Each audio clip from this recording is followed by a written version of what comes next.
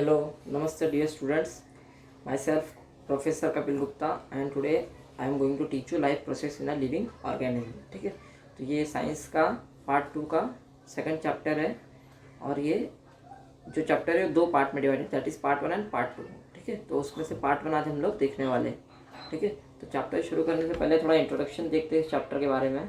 सो आप यहाँ पे इंट्रोडक्शन में देख सकते हो कि इस पिक्चर में हमें various type of internal organ दिखाया गया है. ठीक है, from alimentary canal, from mouth to our liver and stomach and small intestine and large intestine. ठीक है, तो इस तरह का पूरा एलिमेंट्री कनाल हमको दिखाया गया है.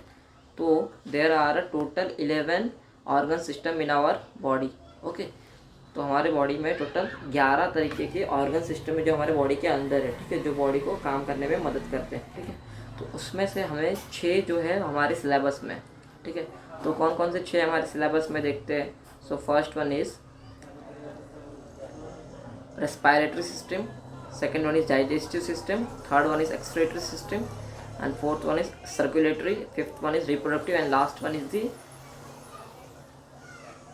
Control system. ठीक है, तो ये 6 सिस्टम जो है हमें पढ़ने हैं डिटेल में. उसमें से भी खास करके जो डाइजेस्टिव सिस्टम है उसको हम ज़्यादा अच्छे से पढ़ने वाले इस चैप्टर के अंदर. ठीक है, तो चलिए देखते हैं.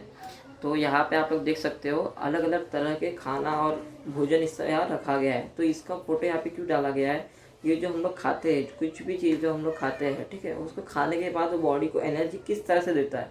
ठीक है, ऐसा क्या होता है हमारे बॉडी के अंदर जो ये सब खाना खाने के बाद हमें एनर्जी मिलती है. ठीक है, तो ये जो भोजन है या खाना है ये आगे जाके एटीपी में कैसे कन्वर्ट होता है. ठीक है, ना व्हाट इज़ एटीपी, एटीपी क्या होता है, ये सब हम लोग इस चैप्टर में अच्छे से देखने वाले डिटेल में. ठीक है, तो आप लोग यहाँ पे देखते रहिए स्लाइड पर.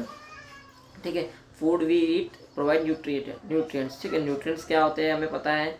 न्यूट्रिएंट्स आर दी, उसका डेफिनेशन देख सकते हैं यहाँ पे लिखा है, constituent of the food required for grow and development of the body. ठीक है ना, हमें पता है हमें अगर बॉडी की ग्रोथ अच्छी करनी है, अच्छा डाइट लेना है, ठीक है, तो इसके न्यूट्रिएंट्स जो है बहुत ज़रूरी है. और न्यूट्रिएंट कहाँ से मिलता है हमें, तो हमें वो फूड से मिलता है, खाने से मिलता है. ठीक है, न्यूट्रिएंट्स प्रोवाइड अस एनर्जी, हमें पता है ना, तो ज़्यादा मुश्किल नहीं है.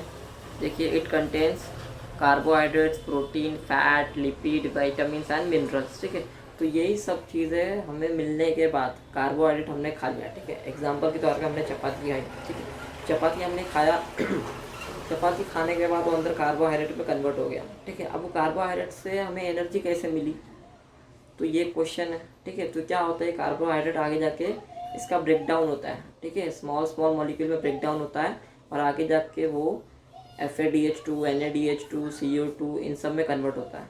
ठीक है, और लास्ट में वो कन्वर्ट होकर ATP बनता है. ठीक है, ये पूरा प्रोसेस हम लोग देखने वाले हैं आज. ठीक है, आप आगे अभी देख सकते हैं यहाँ पे external organs plus internal organs plus various organs perform their function independent with coordination. ठीक है, तो बॉडी के हर पार्ट को, चाहे वो इंटरनल हो चाहे एक्सटर्नल हो, और वेरियस ऑर्गन्स, ठीक है, ये सभी क्या है, मिल करके काम करते हैं.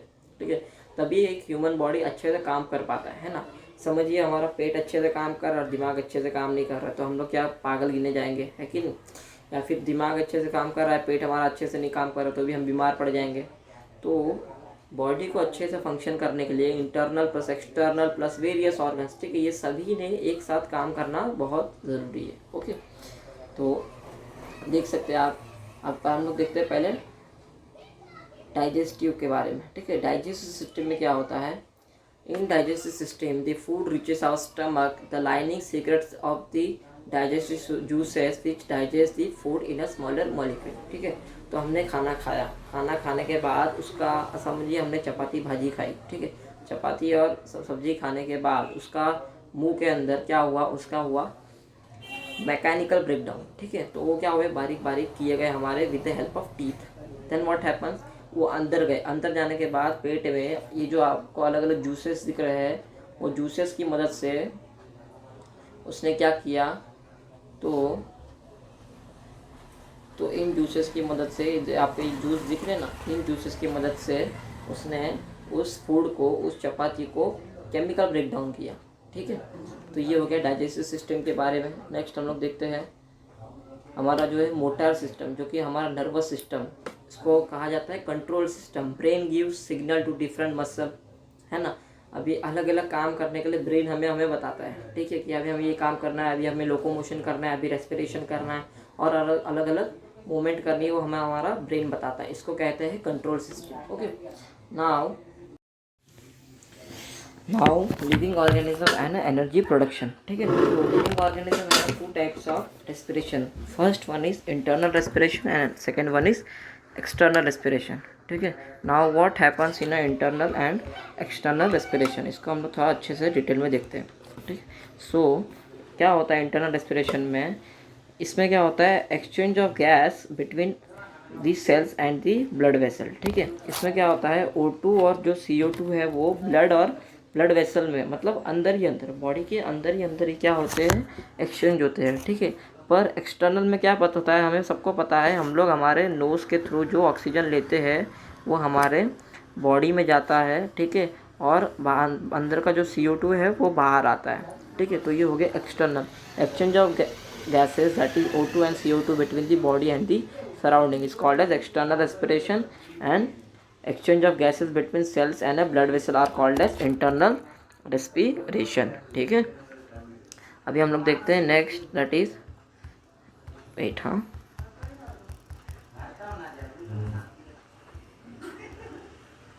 देखिए यहाँ पे टू लेवल्स ऑफ रेस्पिरेशन यहाँ पे फिर से बताया गया है, इंटरनल एंड एक्सटर्नल, ठीक है। इंटरनल में थोड़ा और डिटेल में बताया है कि this O2 helps to break down nutrients in the cell and form energy which is called as respiration at the cellular level, ठीक है। सो डेफिनेशन में पूछेगा हमें कि what is cellular level respiration, तो हमें पता होना चाहिए जो रेस्पिरेशन सेल के थ्रू हो रहा है, ठीक है। The exchange of gases between the O2 and CO2 is known as cellular respiration. और वही एक्सटर्नल केस में हमें दिखता है कि हम लोग नेजल कैविटी से हमने O2 को अंदर लिया, ठीक है, और वो फिर फेरिंक्स के थ्रू, लैरिंक्स के थ्रू, लास्ट में ट्रैकिया से ट्रैवल करते हुए हमारे लंग के अंदर ब्रोंकाइटिस तक पहुंच गया। लास्ट में वो ब्रोंकाई और उसके भी लास्ट में फिर एल्वियोलाई तक हमारा जो O2 था वो पहुंच गया और जो CO2 था वो बाहर चला गया, ठीक है। तो इसको कहते हैं external respiration.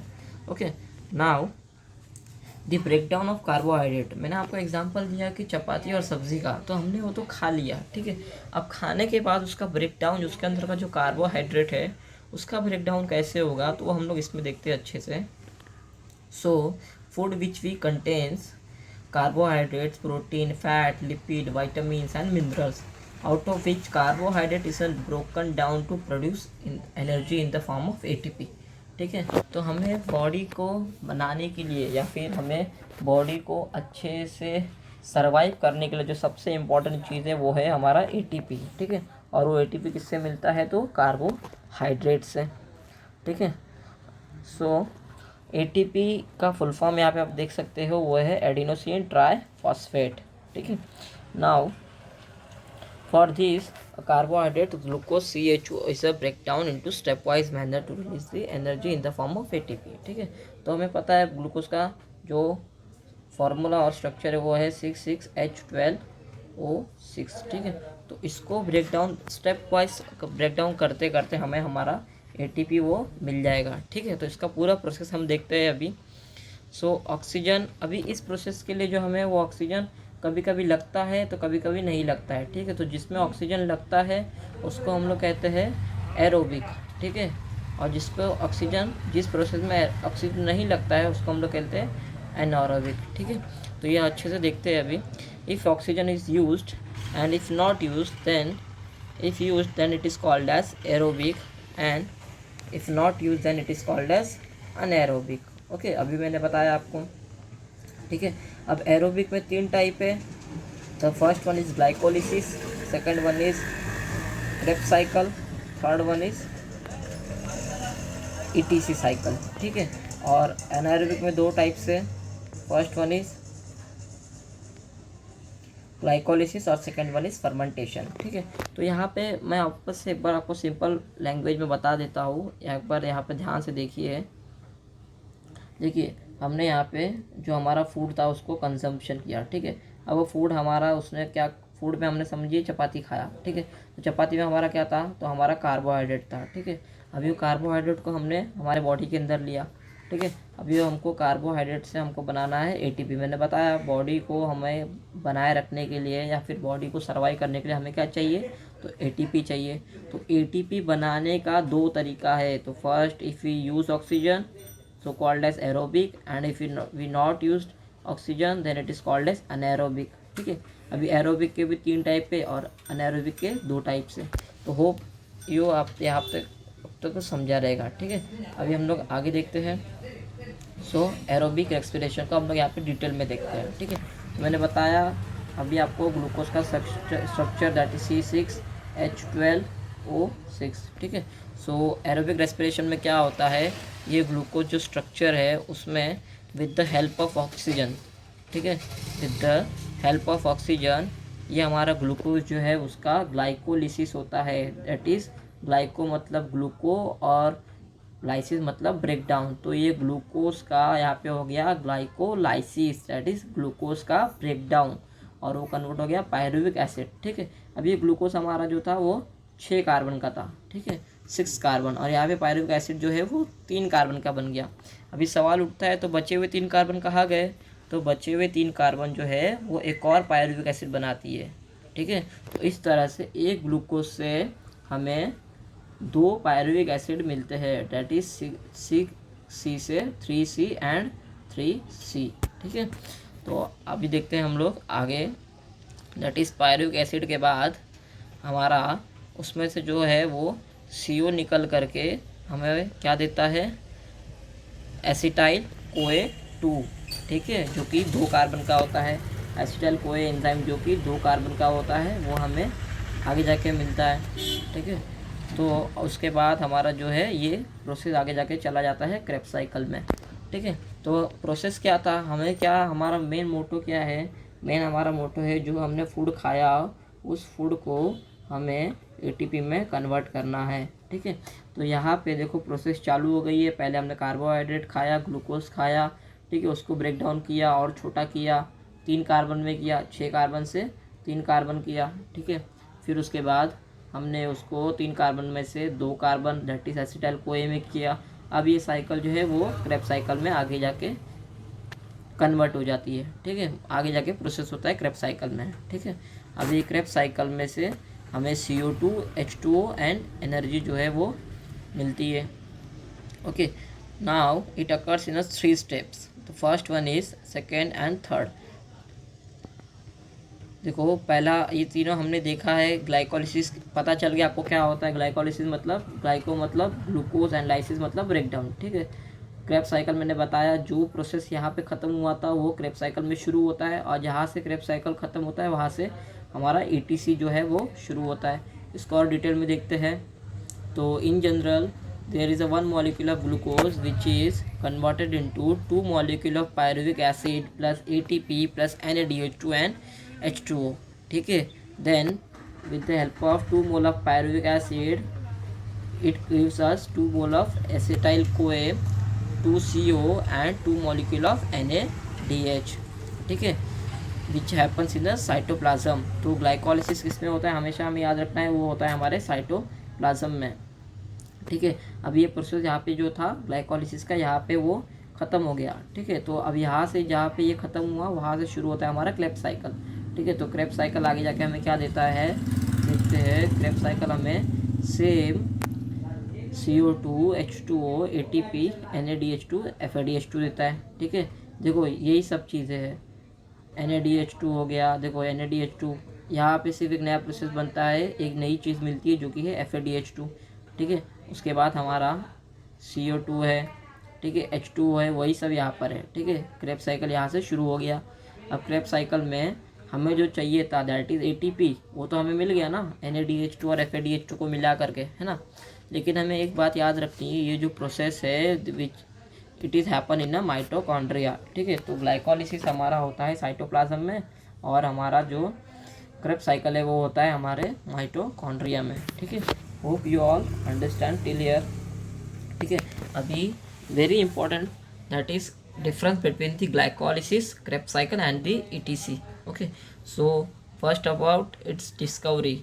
So who discovered glycolysis and its other name and it occurs in. ठीक है, तो सबसे पहले डिस्कवरी, तो डिस्कवरी किसने किया था ग्लाइकोलिसिस का, तो इसमें 3 साइंटिस्ट थे, दैट इज एम्बेडेन, मेयरऑफ एंड पानस, ठीक है, इसलिए इसका दूसरा नाम है वो है EMP पाथवे।